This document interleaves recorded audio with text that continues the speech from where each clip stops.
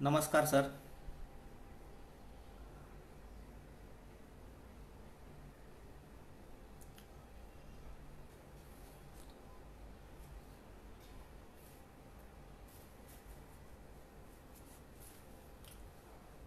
माझा आवाज पोचतोय का?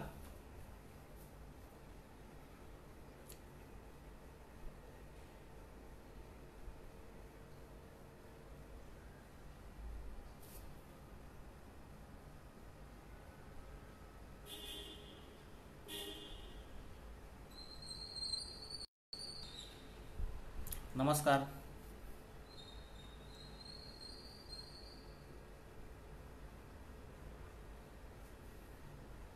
आवाज व्यवस्थित येतोय ना माझा?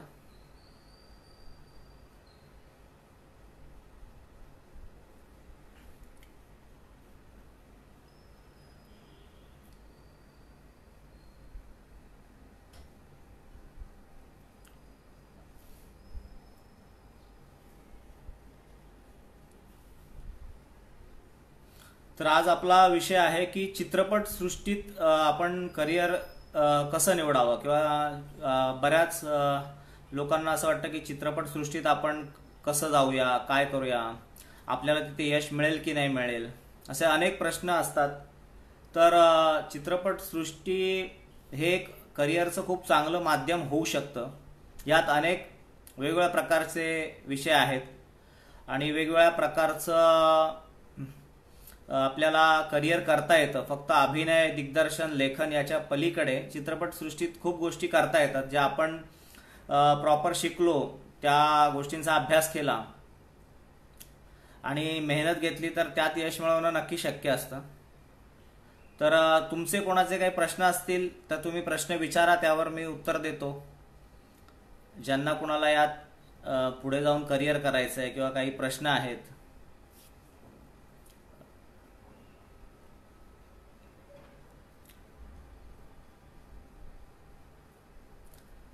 आणि यात काम करणं म्हणजे एक खूप वर्षाची मेहनत असते आणि तसंच चिकाटी हवी, जिद्द हवी.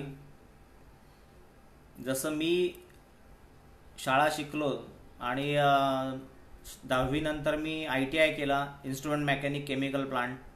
त्यानंतर नोसिलला 1 वर्षाची अप्रेंटिसशिप केली आणि ज्या वेळेला मी नोकरीच्या शोधात फिरत होतो त्याच वेळेला पेट्रोकेमिकल इंडस्ट्रीज थोड्याशा आपल्या मुंबईतनं कमी होत होत्या आणि म्हटलं काहीतरी आपण करूया वेगळं. आणि डोक्यात होतं की 10वीला कविता केल्या होत्या आणि त्या 45 कवितांच्या जोरावर आपण पण यात येऊ शकतो का, हा विचार मनात कुठेतरी एकीकडे सुरू होता.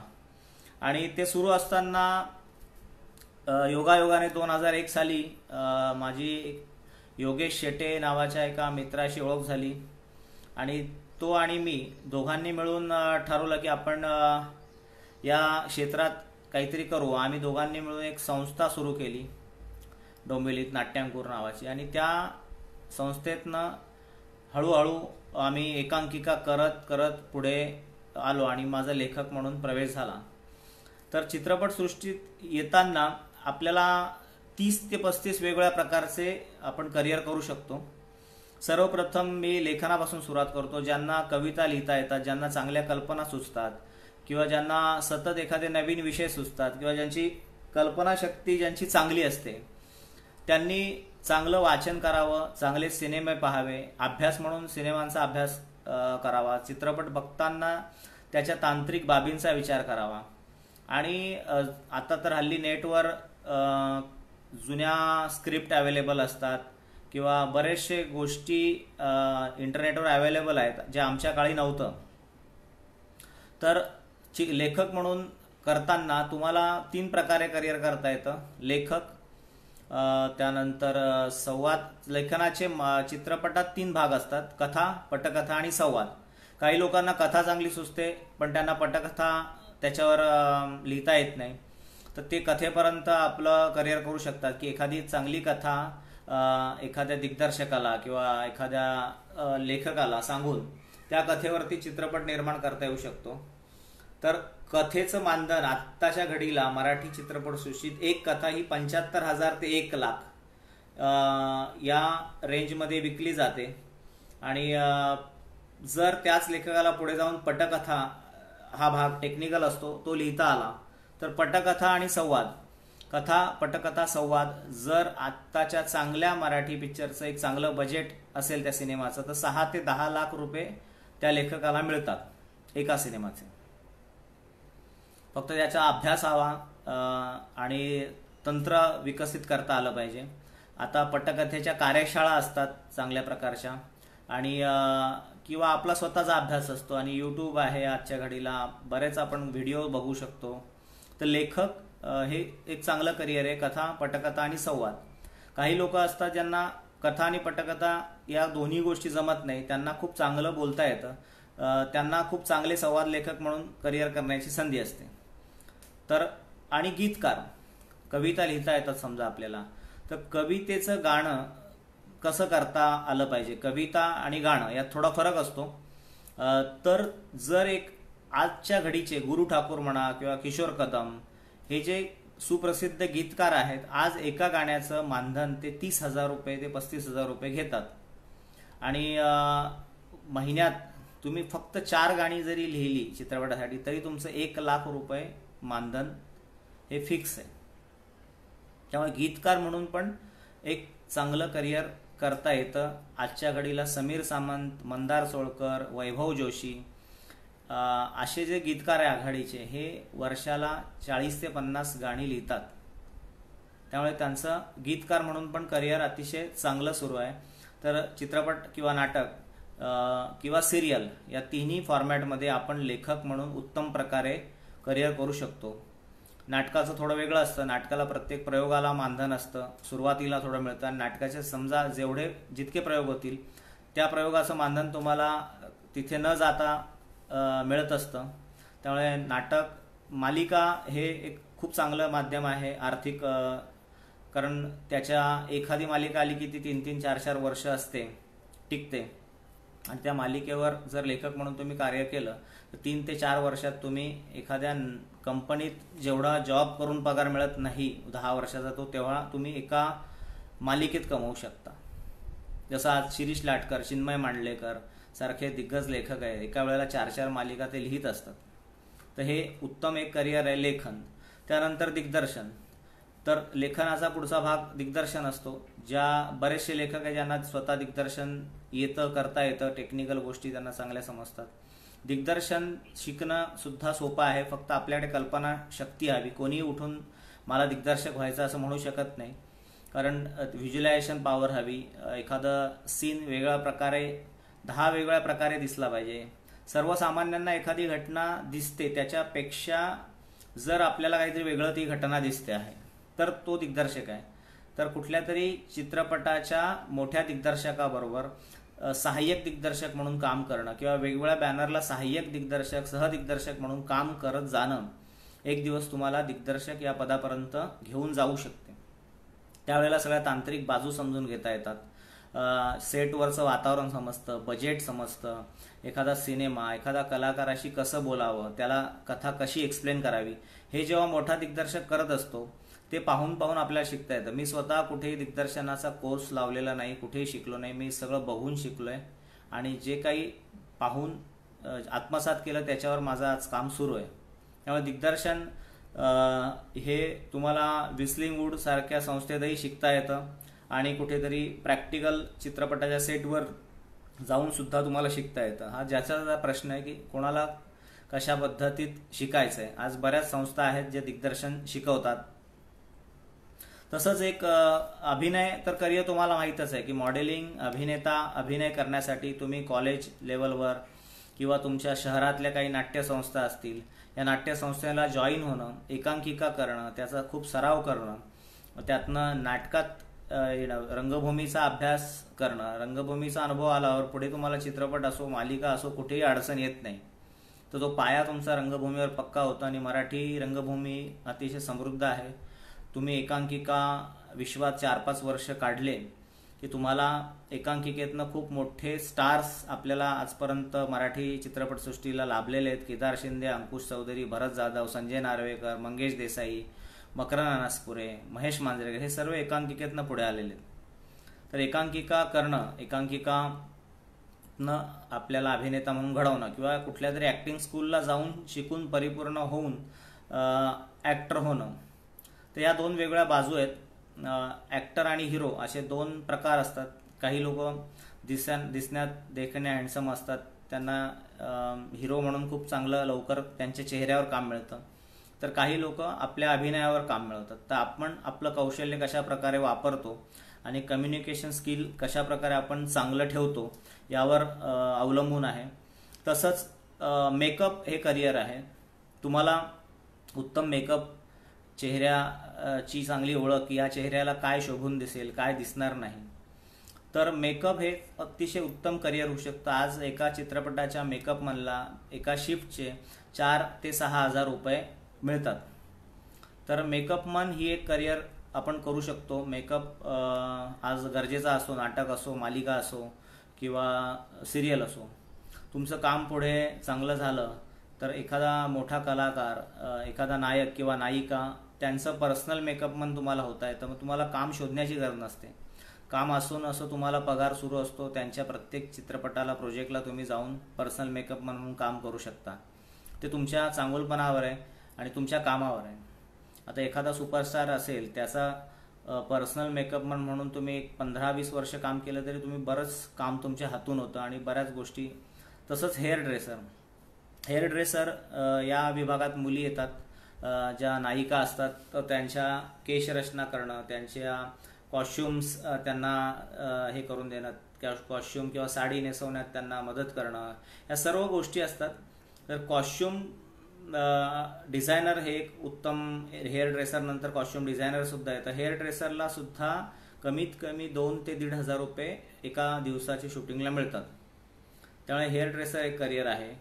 आणि ज्यांना ब्युटी पार्लरची आवड आहे, कोर्स केलेले आहेत, ते सुद्धा हेअर ड्रेसर या पदासाठी चित्रपटसृष्टीत ओळख काढून म्हणा, किंवा आता तर फेसबुक आहे, फेसबुकवरून तुम्ही कुणाशी संपर्क करू शकता. वेगळे प्रोडक्शन्स आहेत, वेगळे कलाकार आहेत, दिग्दर्शक आहेत, आणि तुम्ही तुमचं काम दाखवू शकता, पाठवू शकता. आता खूप सोपं झालं आहे. त्यामुळे आपली ओळख असणं महत्त्वाचं आहे. आपण किती ओळख काढतो किंवा किती स्ट्रगल करतो सुरुवातीच्या काळात. तर मेकअप, हेअर ड्रेसर नंतर आपण कॉस्ट्युम डिझायनर. कॉस्ट्युम डिझाईन म्हणजे फॅशन डिझायनिंग आपण करतो. एखाद्या पूर्ण चित्रपटाचं स्क्रिप्ट जेव्हा त्या कॉस्ट्युम डिझायनरच्या हाती येतं, त्यावेळेला तो चित्रपट, त्याचा टाईम कुठला आहे, कालखंड कुठला, म्हणजे ऐतिहासिक आहे, हा 80च्या दशकातला आहे, 90च्या दशकातला आहे, किंवा हा आताचा आहे, किंवा हा कंटेम्पररी सिनेमा आहे, कुठल्या प्रकारचा विषय आहे याच्यावर तो कॉस्ट्युम डिझायनर अभ्यास करतो. कुठल्या प्रांतात ही गोष्ट घडते आहे, कोकण आहे, खानदेश आहे, विदर्भ आहे, मराठवाडा आहे, मुंबई आहे, पुणे आहे, मग कुठल्या कास्टची लोक त्याच्यात ते प्रतिनिधित्व करता आहेत, या सगळ्या गोष्टींचा, कुठल्या संस्कृतीचा, या सर्व गोष्टींचा अभ्यास कॉस्ट्युम डिझायनर. फक्त कपडेचं डिझाईन करता येणं म्हणजे कॉस्ट्युम डिझायनर होता येत नसतं. काही मुलं मुली आता कॉस्ट्युम डिझायनिंगचा कोर्स करतात आणि सांगतात आम्हाला कॉस्ट्युम डिझायनर व्हायचं आहे आणि आम्हाला त्याच्यात काम करायचं आहे. पण तुम्हाला काम करण्यापूर्वी चित्रपटाच्या सेटवर शिकणं महत्त्वाचं आहे. चित्रपटाच्या सेटवर येऊन तुम्हाला अभ्यास करणं महत्त्वाचं आहे. कारण एखादा उदाहरण दिलं, आता श्वास पिक्चर सर्वांनी पाहिला असेल, त्याचा कॉस्ट्युम मला वाटतं नीरजा पटवर्धन, श्वासचे दिग्दर्शक संदीप सावंत यांच्या मिसेसने केलं होतं. तर तो जो मुलगा आहे छोटा, तर तो श्वासमधला मुलगा, त्याचा कॉस्ट्युम तुम्ही बघाल की त्याच्यात तो कोकणामध्ये एवढी गरिबी असते तळ कोकणात, तर ते लग्न असेल, काही समारंभ असेल, सण असेल, तर तो शाळेचा ड्रेस फक्त स्वच्छ धुवून इस्त्री करून घालतात. तर त्याला एका प्रसंगात तसं दाखवला होता. तिथल्या लोकांना गळ्यात तावीत किंवा दोरा, गंडे, दोरे असे खांद्यावर असण्याची एक तिथे असतातच. तर तो अभ्यास की माझं हे पात्र कोकणातलं आहे, मग हे कसं असलं पाहिजे, याच्या गळ्यात काय असलं पाहिजे, याच्या हातात आभूषण असेल तर तो कुठला असला पाहिजे, गळ्यातला आभूषण, या सगळ्या गोष्टींचा अभ्यास पाहिजे, या संस्कृतीचा अभ्यास पाहिजे. जर कॉस्ट्युम डिझायनरला संस्कृतीचा अभ्यास नसेल आणि मी एखाद्या राजस्थानच्या बॅकग्राऊंडवर घडणारा सिनेमा जर दिला, तर त्याला त्या संस्कृतीचा अभ्यास नसेल तर तो कॉस्ट्युम डिझायनर होऊ शकत नाही चांगला.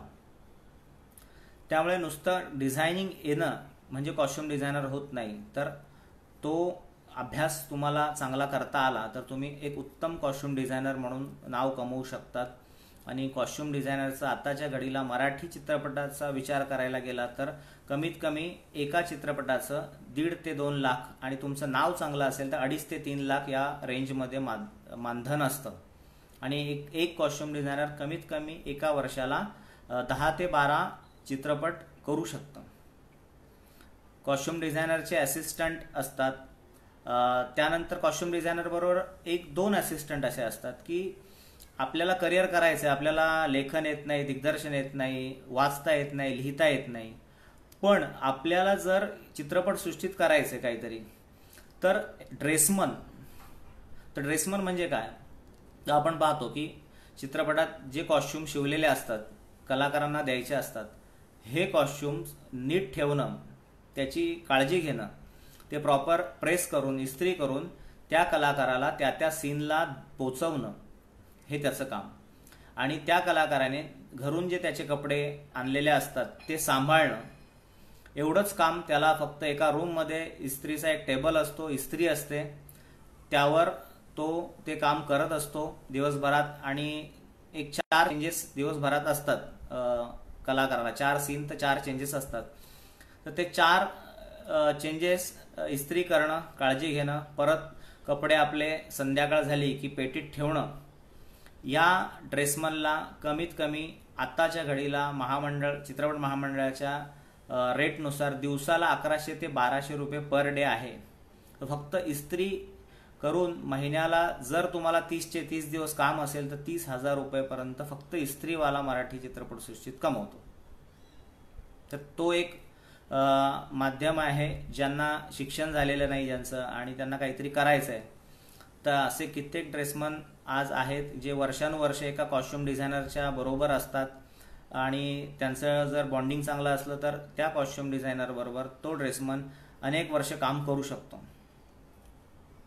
तसंच कला दिग्दर्शन, आर्ट डायरेक्टर कमर्शियल आर्ट्स करून किंवा आपण जे मध्ये जाऊन कलेचं शिक्षण घेतात, ज्यांना खूप चांगल्या प्रकारे लहानपणापासून मातीची घरं, पुठ्ठ्याची घरं करण्याची सवय असते, चित्रकला ज्यांची चांगली असते, यांनी स्वतः आर्ट डायरेक्टर शोधला पाहिजे.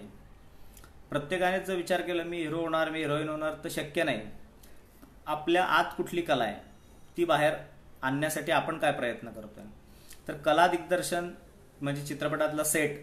आज तुम्ही बघत असाल की नितीन चंद्रकांत देसाई यांच्याकडे जर आपण पाहिलं तर आपल्या लक्षात येईल की कला दिग्दर्शक किती मोठा होऊ शकतो जर त्याने त्याचं डोकं वापरलं तर, कौशल्य वापरलं तर. तर कला दिग्दर्शन म्हणजे चित्रपटाचा सेट, त्यातही तुम्हाला त्या संस्कृतींचा अभ्यास हवा. जर मी सांगितलं मला विदर्भातल्या शेतकऱ्याचं घर पाहिजे, कोकणातल्या शेतकऱ्याचं घर पाहिजे किंवा मग खानदेशातल्या शेतकऱ्याचं घर पाहिजे, तर ते त्या प्रांतानुसार त्या घरांची बांधणी, तिथल्या झोपड्या कशा असतात, कुठल्या मटेरियलच्या बनवतात.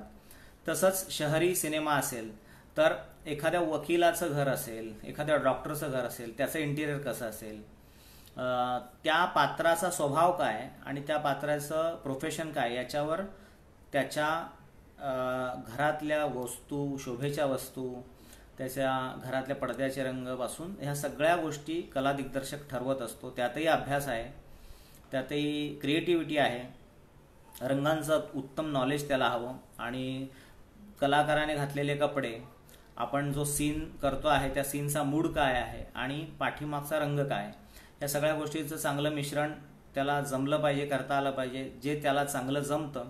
आणि ती माणसं पुढे जातात. आज नितीन चंद्रकांत देसाईंनी कला दिग्दर्शक म्हणून आज त्यांचं एवढं मोठं स्थान निर्माण केलं आहे. मोठा ND स्टुडिओ सारखा स्टुडिओ उभा केलेला आहे, जिथे जोधा अकबरपासनं तर पानिपतपर्यंत सगळ्या चित्रपटांचं शूटिंग झालेलं आहे. तर कला दिग्दर्शन हे एक उत्तम फील्ड आहे. आणि कला दिग्दर्शक हा एकटा नसतो, त्याच्यावर 6 सहाय्यक असतात. ज्याला सुतारकाम येतं, ज्याला चांगलं पेंटिंग येतं, मोल्डिंग येतं, अशी माणसं एका कला दिग्दर्शकाबरोबर चित्रपटाला कमीत कमी 6 सहाय्यक दिग्दर्शक असतात.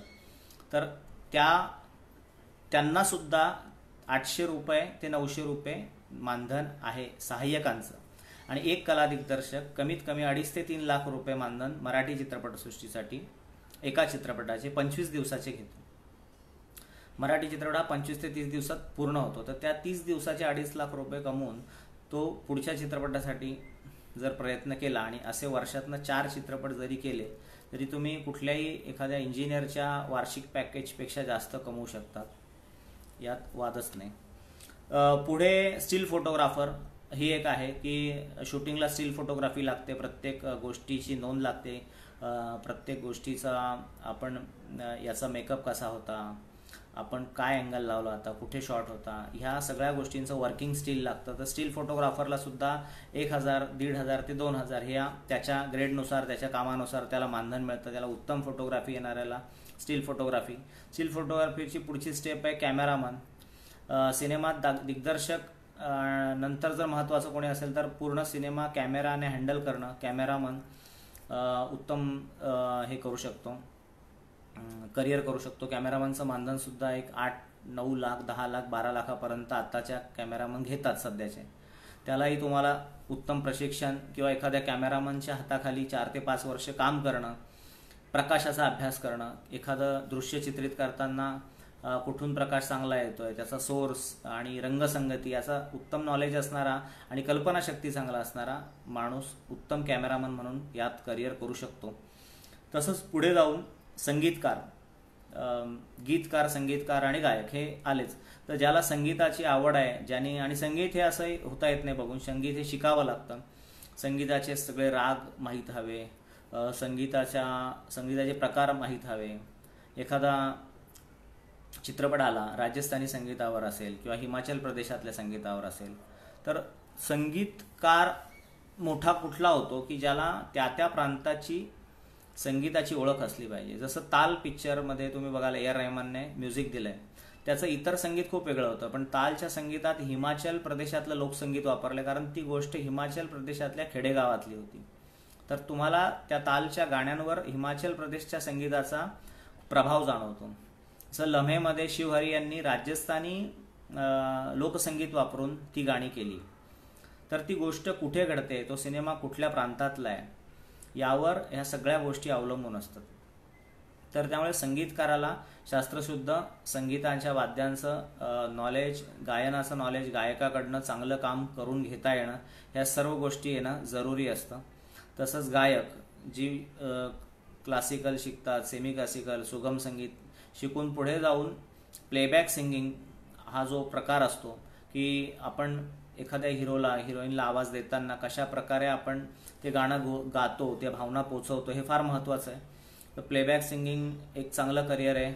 आजच्या आघाडीचे प्लेबॅक सिंगर आहेत स्वप्नील बांदोडकर, आदर्श शिंदे किंवा अजय गोगावले. आज एक गाणं गायलं की त्यांना 2 तास लागतात जास्तीत जास्त, आणि 2 तासात त्यांना 70 ते 80 हजार ते 1 लाखापर्यंत मानधन मिळतं. तर ह्याच व्यक्तीने महिन्यात 5 गाणी जरी गायली तरी त्याचा आर्थिक प्रगती कशी असेल याचा विचार तुम्ही करा की एक गायक वर्षाला कितीतरी लाखो रुपये कमवू शकतो वेगवेगळ्या इव्हेंटमधनं, शोमधनं. तर गायन ही एक अतिशय उत्तम संधी आहे. फक्त तुम्हाला त्याच्या मागे मेहनत हवी, रियाज हवा. गायक झालं, संगीतकार झालं, वादक, चांगला तबला वाजवता येणं, चांगलं गिटार वाजवता येणं, कारण संगीतकाराला ही सगळी वादक लागतात. आणि आपण जेव्हा चांगले वादक असतो आणि जेव्हा लाईव्ह संगीत होत असतं, हार्मोनियम वाजवणं किंवा तुम्हाला गिटार वाजवणं, एक गिटारिस्ट आज एका गाण्याचे 8,000 रुपये घेतो 2 तासाचे. त्याला कदाचित दिवसाला 2 गाणी येत असतील, 3 येत असतील, महिन्यातनं तो जर 20 गाणी करत असेल तर विचार करा तुम्ही एक गिटारिस्ट साधा किती कमवू शकतो. ढोलकीवाला असेल, कीबोर्डवाला असेल, असे सगळे वादक आहेत. ते वादक संगीतकारांशी संपर्क करून आपलं करिअर यात घडवू शकतात. पुढे आहे साऊंड रेकॉर्डिंग. सिनेमाचे ज्या वेळेला डायलॉग आपण म्हणतो, शूटिंग चालू असताना जे डायलॉग म्हणत असतात तर ते रेकॉर्डिंग करणं. एक मशीन असतं, डिजिटल रेकॉर्डर असतो, त्या कलाकारांना माईक दिला जातो आणि त्या माईकमध्ये जे काही संवाद रेकॉर्ड होतात ते रेकॉर्ड करणं स्वतःच्या सिस्टीमला आणि ते दिग्दर्शकाला किंवा निर्मात्यांना संध्याकाळी जे दिवसभराचं आहे ते डेटा त्यांना देणं. हे एवढंच काम रेकॉर्डिस्टचं असतं. पण एक रेकॉर्डिस्ट दिवसाला 5,000 रुपये हे त्याचं दिवसाचं मानधन असतं. एका चित्रपटाचं काम जर 30 दिवस चाललं तर 1.5 ते 2 लाख एका चित्रपटातनं एक साऊंड रेकॉर्डिस्ट कमवतो. त्यानंतर सॉन्ग रेकॉर्डिस्ट असतो, डबिंग रेकॉर्डिस्ट असतो, तर ते स्टुडिओतले रेकॉर्डिस्ट झाले. तर recording, sound designing, sound recording हे क्लासेस पण आहेत. हे सरावाने पण शिकता येतं, सहाय्यक राहून पण शिकता येतं. त्यातले आता सॉफ्टवेअर असल्यामुळे पहिले ॲनालॉग होतं, आता डिजिटल आहे, तर अजून सोपं झालं आहे. तुम्ही चांगल्या प्रकारे, तुम्ही जर टेक्निकल पण नॉलेज चांगलं असेल आणि आवाजाचं तुम्हाला भान हवं की एखादा उच्चार कसा आहे, तो चांगला आहे, खटकतोय आपल्या कानाला, चुकीचं मराठी बोलतोय, चुकीचं हिंदी बोलतोय, हे साऊंड रेकॉर्डिस्टला भान असणं गरजेचं आहे, जो एडिटिंग डबिंग करतो तो. तर त्या गोष्टीत पण करिअर करता येतं. आणि डबिंग आर्टिस्ट, बऱ्याचदा चित्रपटात आपण बघतो 1-1, 2-2 सीनसाठी आपण कलाकार आणतो. ते कुठून तरी आलेले असतात एजंट थ्रू, माहीतही नसतं, त्यांचा नंबरही नसतो, पण त्यांच्या एका सीनसाठी त्यांना परत डबिंगला बोलवणं, तो कदाचित लांब राहत असेल, तर बऱ्याचदा छोट्या छोट्या रोलसाठी डबिंग आर्टिस्ट बोलवले जातात. एका डबिंग आर्टिस्टचं मानधन पण दिवसाला त्याच्या कामानुसार 3,000 ते 5,000 किंवा 10,000. आणि नावाजलेले डबिंग आर्टिस्ट आहेत, आज एका दिवसाचे ते 40-40 हजार रुपये घेतात. माझे अनेक मित्र आहेत चांगले, उदय सबनीस असतील किंवा अनेक चांगले डबिंग आर्टिस्ट आहेत, ज्यांचा दिवस पूर्ण बुक असतो डबिंगसाठी, त्यांना वेळ नसतो. तर डबिंग आर्टिस्ट होणं, आपल्याला आवाजाच्या कला असतील, वेगवेगळे आवाज काढता येत असतील, तर डबिंग आर्टिस्टसुद्धा आपण चांगले होऊ शकतो. आणि फक्त प्रत्येक गोष्टीत मेहनत आहे, सराव आहे आणि प्रामाणिकता आहे. सुरुवातीला पैसा खूप कमी मिळतो किंवा मिळतही नाही, पण त्यावर मात करून आपण टिकून राहिलं तर एक दिवस तो दिवस येतो की आपल्याला यश मिळतं. आणि यश मिळवण्यासाठी चित्रपटसृष्टीत तुम्हाला नाव कमवावं लागतं. तर नाव कशाने मिळतं? तर एकतर तुमच्या चांगल्या कामाने. एक चांगलं काम तुम्हाला 10 काम मिळवून देऊ शकतं. तर त्यासाठी आपण व्यक्ती म्हणून चांगलं असणं गरजेचं आहे, टेक्निशियन म्हणून चांगलं असणं गरजेचं आहे.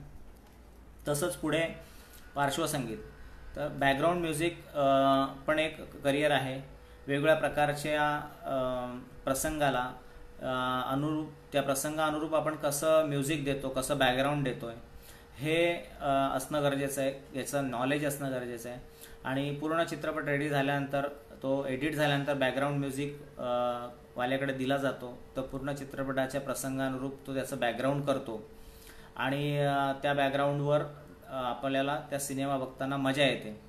तर तो बॅकग्राऊंड म्युझिक हे करिअर असू शकतं. एक स्टुडिओ असतो स्वतःचा, हल्ली प्रत्येकाने स्वतःचा सेटअप केलेला असतो बॅकग्राऊंडचा, त्यात ते बॅकग्राऊंड करतात आणि बॅकग्राऊंड म्युझिकसुद्धा एक चांगलं करिअर तुमचं असू शकतं. पुढे लाईट्समन, सिनेमाचे मोठमोठाले लाईट्स असतात, ते लाईट इथून कॅमेरामन सांगेल त्याप्रमाणे उचलून ठेवणं, एका जागेवरून दुसऱ्या जागेकडे, दुसऱ्या जागेवरून तिकडे.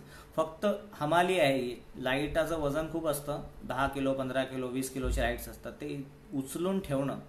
ज्याला कष्टाची सवय आहे, ज्याला लिहिता वाचता काही येत नाही, फक्त उचल सांगून इथे ठेव सांगितलं, हे लाईट्समन असतात. या लाईट्समनला स्वतःचं कुठलंही डोकं लावायचं नसतं, फक्त उचलण्याचं काम असतं, ठेवण्याचं काम असतं. पण तरीसुद्धा या लाईटमनला दिवसाचे 900 ते 1000 रुपये मराठी चित्रपटसृष्टी, हिंदीत त्याच्यापेक्षा जास्त असतात. तर एखाद्या चित्रपटाचं काम मिळालं तर 30 दिवस किंवा सिरियलचं काम असेल तर रोज 3 वर्षासाठी किंवा 2 वर्षासाठी लाईट्समन आपलं करिअर करू शकतो. पुन्हा लाईटमध्ये इलेक्ट्रिशियन येतो. लाईट्स आपण ज्याच्याकडनं घेतो तो लाईट सप्लायर असतो. ज्या व्यक्तीकडनं आपण लाईट्स घेतो सिनेमाचे, तर एखादा व्यक्ती, आपल्याकडे पैसे असतील चांगले, एक 15 लाख, 20 लाख, 25 लाखाचे लाईट्स विकत घेऊन सिनेमाच्या निर्मात्यांबरोबर, कार्यकारी निर्मात्यांबरोबर संपर्क करून ते लाईट्स सतत भाड्याने देऊ शकतो. एका दिवसाचं भाडं कमीत कमी 25 ते 50 हजार एका सिनेमातनं येतं. जर त्याने एकाच दिवशी 4 सिनेमासाठी लाईट पुरवले असतील, कॅपॅसिटी असेल, त्याला 1 लाख रुपये लाईट्समधला रोजचं भाडं आहे. तसं 30 ते 40 लाख तो फक्त लाईट भाड्याने देऊन, हे वन टाइम इन्व्हेस्टमेंट आहे. लाईट फुटतात, तुटतात, पण ते प्रत्येक धंदे असतात. पण एकदा एक लाईट घेतला तर तो अनेक वर्ष आपल्याला त्यातनं चांगलं भाडं मिळवून देऊ शकतो. तर लाईट सप्लायर हे पण एक वेगळं करिअर आहे. तसंच कॅमेरा रेंट, जे कॅमेरे आहेत ते कोट्यावधी लाखो रुपयाचे असतात, ते घेणं, त्यांची काळजी घेणं, त्यांचा मेंटेनन्स सांभाळून जर आपण त्याचा व्यवसाय केला तर एका कॅमेऱ्याचं चित्रपट सृष्टीत जे आता वापरले जातात, रेड म्हणा किंवा अलेक्सा, याचं भाडं 40 ते 45 हजार रुपये दिवसाचा आहे एका कॅमेराचा.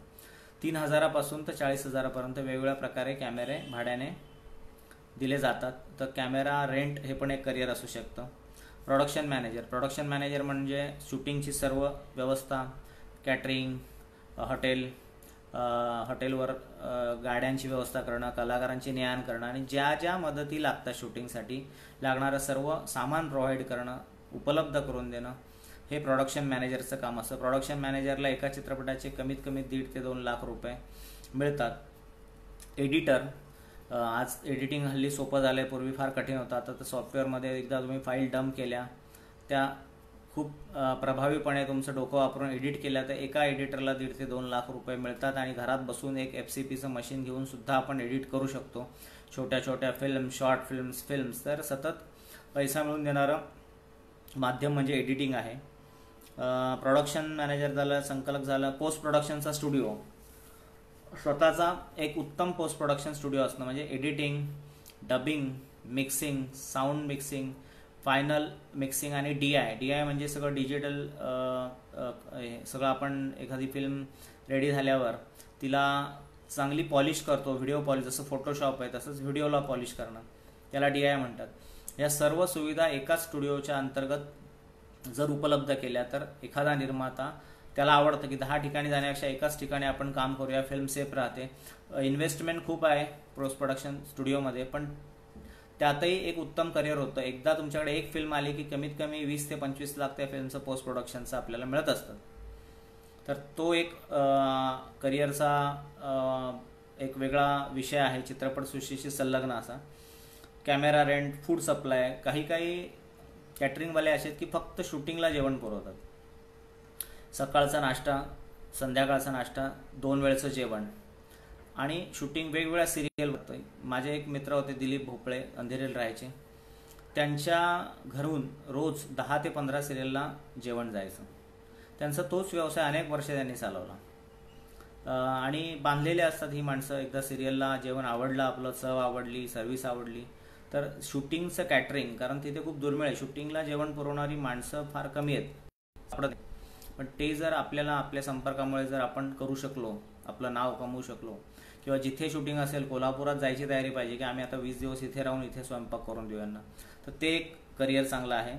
लाईट्स, जनरेटर, त्यानंतर इतर जी काही इक्विपमेंट्स लागतात सिनेमाला, जसं ड्रोन असेल किंवा मग इतर छोटे मोठे कॅमेरे, ह्या सगळ्या कॅमेऱ्यांना विकत घेऊन त्याचं पण आपण इक्विपमेंट सप्लाय रेंटने देणं, ह्याचा व्यवसाय आपण चांगला करू शकतो. लोकेशन मॅनेजर, आता कोकणात शूटिंग असेल, प्रत्येकाला कोकणातली माहिती नसते, प्रत्येकाला आपापल्या भागातली माहिती असते, तर तिथल्या जी लोकल माणसं आहेत ती तिथले लोकेशन सांगतात की हे लोकेशन आहे. ते लोकेशन दाखवण्याचे जेव्हा निर्माते रेकी करण्यासाठी जातात, दिग्दर्शक, त्यावेळेला त्या लोकांना लोकेशन दाखवणं, त्या लोकेशनना त्यांची व्यवस्था करून देणं की इथे हॉटेल आहे, इथे तुम्ही राहू शकता.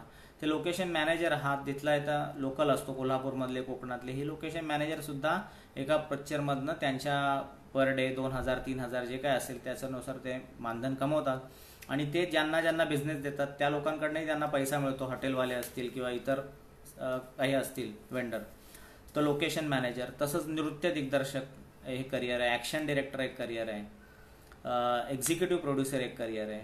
अशा वेगवेगळ्या प्रकारच्या माध्यमातून आपण काम करू शकतो. फक्त ते शास्त्र शिकून घेणं गरजेचं आहे, त्या पडणं गरजेचं आहे. याच्यासाठी एखाद्या चित्रपटाला प्रत्येक विभागात सहाय्यक आहे, सहाय्यक म्हणून आपण काम करायचं, बघायचं 4 वर्ष, आणि जेव्हा आपल्याला वाटतं आपण स्वतंत्रपणे करू शकतो, आपण स्वतंत्र काम शोधायचं. फक्त हे करताना चिकाटी हवी, जिद्द हवी, प्रामाणिकपणा हवा आणि अर्धवट नॉलेज नको, कुठल्याही गोष्टीचं पूर्ण नॉलेज हवं. कारण हा 2.5-3 कोटीला एक सिनेमा असतो, तर आपल्या अर्धवट नॉलेजमुळे कुणाचंही नुकसान होऊ नये हा विचार करावा. आणि तसंच निर्माता हे करिअर आहे की ज्यांना त्यांच्या व्यवसायातनं काही पैसे उरत आहेत की ज्यातनं ते 2.5-3 कोटी सहज खर्च करू शकतील, आणि ज्यांना आवड आहे की फिल्म मेकिंग करावी, त्यांना निर्माता हे करिअर आहे की तुम्ही एक चांगला सिनेमा बनवणं, तुमच्या कॉन्टॅक्टनुसार त्यातलं बजेट कसं कमी होईल त्याचा विचार करणं, आणि तो सिनेमा नंतर थिएट्रिकल रिलीज नंतर आज ॲमेझॉन प्राईम, नेटफ्लिक्सला विकणं, वेगवेगळ्या माध्यमातून पण चित्रपट हा फक्त आपण म्हणतो एखादा चित्रपट फ्लॉप झाला, पण तो फ्लॉप होत नसतो. फ्लॉप जरी झाला त्यावेळेला तरी तो आयुष्यभर पैसा मिळवून देत असतो. राज कपूरचे सिनेमे आजही टीव्हीवर लागतात, त्याची सगळी रॉयल्टी त्यांच्या मुलांना येते. यश चोप्राचे जे सिनेमे आहेत त्याची रॉयल्टी त्यांच्या मुलांना येते. किंवा आता आपण जो सिनेमा बनवतो तो पुढची 100 वर्ष विकला जातच असतो. दरवर्षी 5 वर्षांनी चॅनलशी आपला कॉन्ट्रॅक्ट होतो. दर 5 वर्षाचा चॅनल कॉन्ट्रॅक्ट करते. किंवा ॲमेझॉन प्राईम असेल त्या वार्षिक किंवा 5 वर्ष किंवा 10 वर्षाचा करार असतो. तर त्यातनं आपल्याला पैसे मिळत असतात. निर्माता आहे एक चांगलं करिअर आहे, फक्त ते अतिशय कल्पकतेने विचारपूर्वक आणि चांगल्या माणसांबरोबर जर काम केलं तर त्यात यश नक्कीच मिळतं. तर अशा वेगळ्या प्रकारे आपण चित्रपटसृष्टीमध्ये करिअर करू शकतो. तुम्हाला अजून काही प्रश्न असतील मनात याबद्दल तर तुम्ही विचारू शकता, मी त्यांची उत्तर देतो.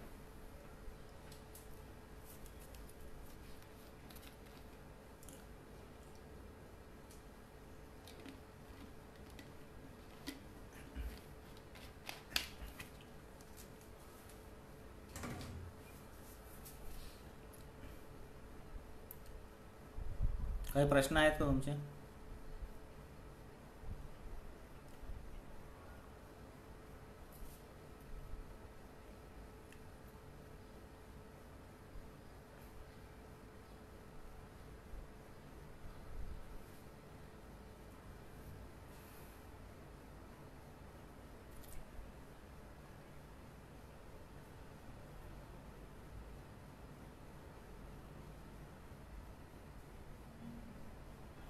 धन्यवाद शांतीलाल पाटील, नमस्कार.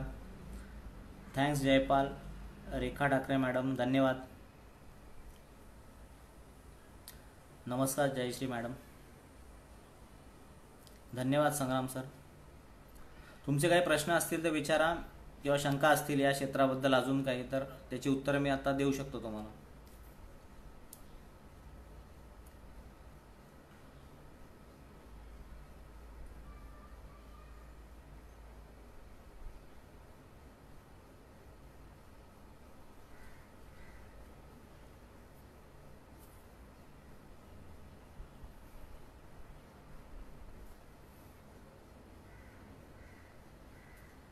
मला असं वाटतंय की बहुतेक कुणाला मुलींसाठी हे क्षेत्र सुरक्षित आहे, तसं काही काळजी करण्याचं काम नाही. आपण जर चांगले असू तर नक्कीच सगळे चांगले असतील. आणि माणसं ओळखायला फक्त शिकलं पाहिजे की आपण कुणाबरोबर काम करतोय, त्याचा इतिहास, त्याने आधी केलेले चित्रपट. आता ते सहज शक्य आहे, कारण आता आपल्याला नेटवर जाऊन बऱ्याचशा अंशी त्या माणसाची हिस्ट्री चेक करता येते. तो कशा प्रकारच्या फिल्म्स केल्या आहेत त्याच्यावरून आपल्याला अंदाज येतो. गणेश जावळे नमस्कार.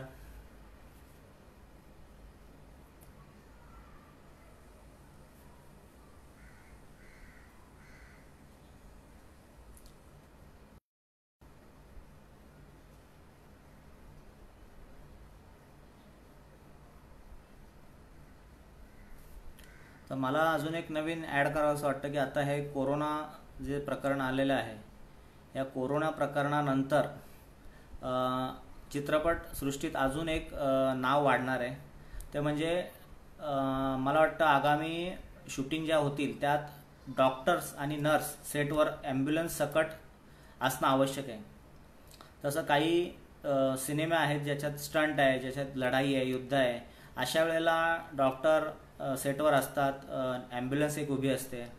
पण आता ते कंपल्सरी केलं जाईल. त्यामुळे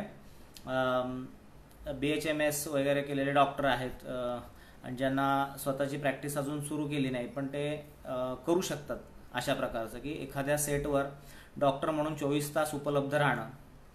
तर हे एक वेगळं मला वाटतं आता सुरुवात होईल. नर्स आणि डॉक्टर एका प्रत्येक सेटवर त्याची गरज लागणार आहे. मनातल्या गोष्टी हा जो माझा सदर आहे, मनातल्या गोष्टी हे मी 2010 साली लिहायला महाराष्ट्र टाइम्ससाठी सुरू केलं होतं. त्यावेळेला महाराष्ट्र टाइम्सला ठाणे प्लस ही पुरवणी यायची. ठाणे प्लसच्या संपादिका होत्या कल्पना राणे.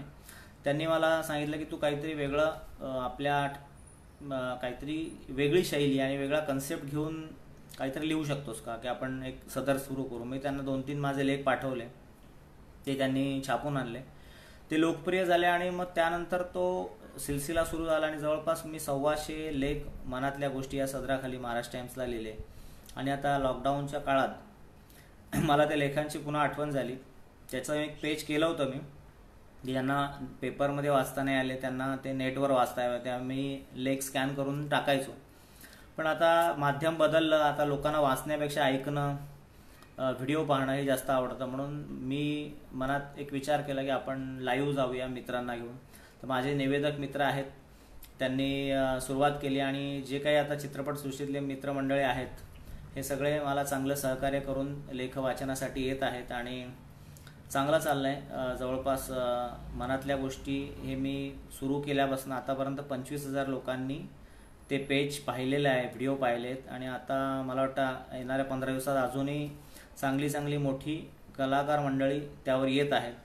कौशल इनामदार आणि मिलिंद निंगळेसारखे संगीतकार, उदय सबनीस आणि अनेक कलाकार आहेत, अनिकेत विश्वासराव, आदिती सारंगधर, पुष्कर श्रोत्री, या सर्वांचं अभिवाचन तुम्हाला त्या मनातल्या गोष्टी पेजवर ऐकायला मिळेल. रेखा मॅडमचा प्रश्न आहे, how can we approach right person. मी ते म्हटलं ना की आपण ओळखावं, आपल्याला एक साधारणतः बोलताना व्यक्ती कळतो.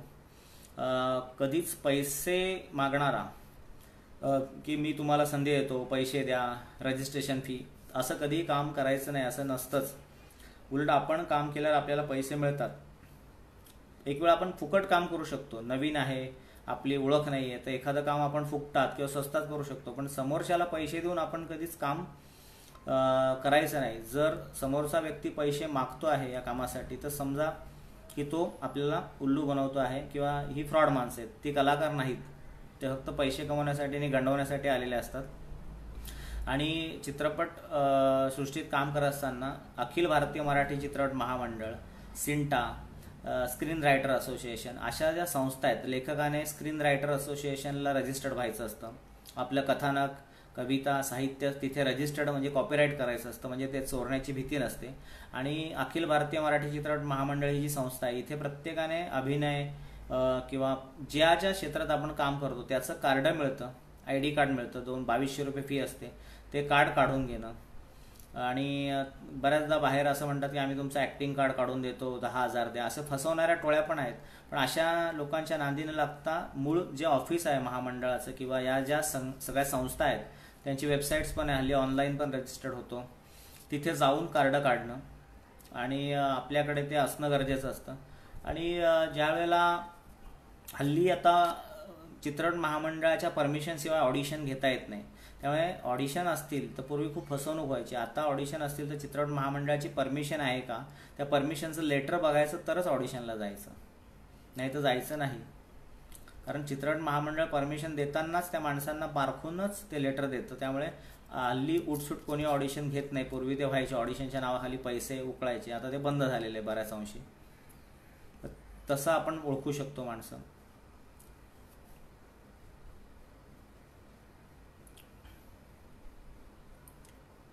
अजून काही प्रश्न आहेत कोणाचे?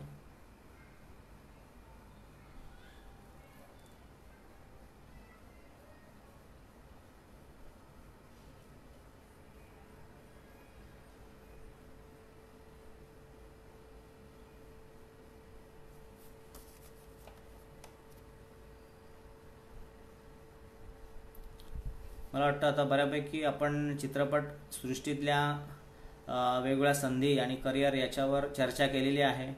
तर आपण सत्र आपण थांबूया. जितेंद्र रोंदळे सरांना मी धन्यवाद मानेन त्यांचं की त्यांनी या वेगळ्या विषयावर आणि माझ्या आवडत्या विषयावर बोलण्याची संधी मला मी मराठा आणि सप्तशृंगी चॅरिटेबल ट्रस्ट या ग्रुपच्या माध्यमातून दिली. आणि प्रत्येकाला जर करिअर करायचं असेल तर आपला ग्रुप आहेच मी मराठा जो केला आहे जितेंद्र रोंदळे, या माध्यमातून पण तुम्हाला जर काही आपल्याच मी मराठामधल्या ग्रुपमधल्या काही मुलांना मुलींना काही टेक्निकल गोष्टी किंवा इतर काही करायच्या असतील तर पुढे जाऊन आपण या ग्रुपच्या माध्यमात आपण एखादा हे कोरोनाचं सगळं पर्व संपल्यानंतर एखादं शिबिर ठेवू शकतो किंवा सप्तशृंगी मंदिराचा परिसर त्याचा आवारही खूप छान आहे, तिथे आपण एकदा लाईव्ह सगळे भेटून समोरासमोर त्याच्यावर अजून जास्त सखोलपणे चर्चा करू शकतो, मार्गदर्शन करू शकतो.